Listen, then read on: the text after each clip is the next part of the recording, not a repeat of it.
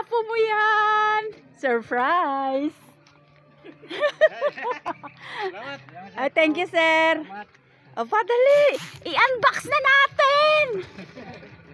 Thank you, sir. Dali, unbox na natin. Baka rep yan. Ay, siguro kotse yan. Ay, baka siguro yan ni kama. Baka parador kaya yan. Dali, unbox na natin. Pa, ano uli? Salamat, thank you. Oh, di ba? Si Ivan. Ivan. Ika muna, kagiba ko.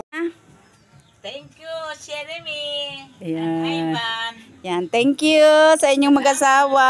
Pagkaganda-ganda ng regalo nyo, magagamit talaga ng dalawa, oh. Eh, kasi wala pang sahig eh. Kaya yan komportable talaga sila dyan, lalo sa tanghali. Mainit dito. Dito na raw sila matutulog sa labas. Thank you! Rime, oh, pagkaganda-ganda ng binili mo. Oh, green ang kay mama. Diyan na raw sila matutulog habang nanonood ng TV. Pagtanghali.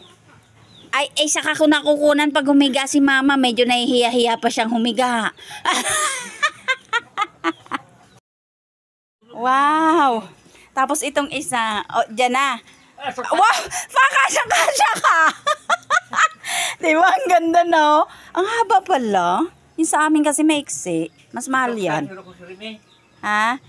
Ano ang masasabi mo ngayon? Komportable ba ang likod? Komportable, sarap. Kahit Bisaya. Apo. Maraming salamat, Ivan.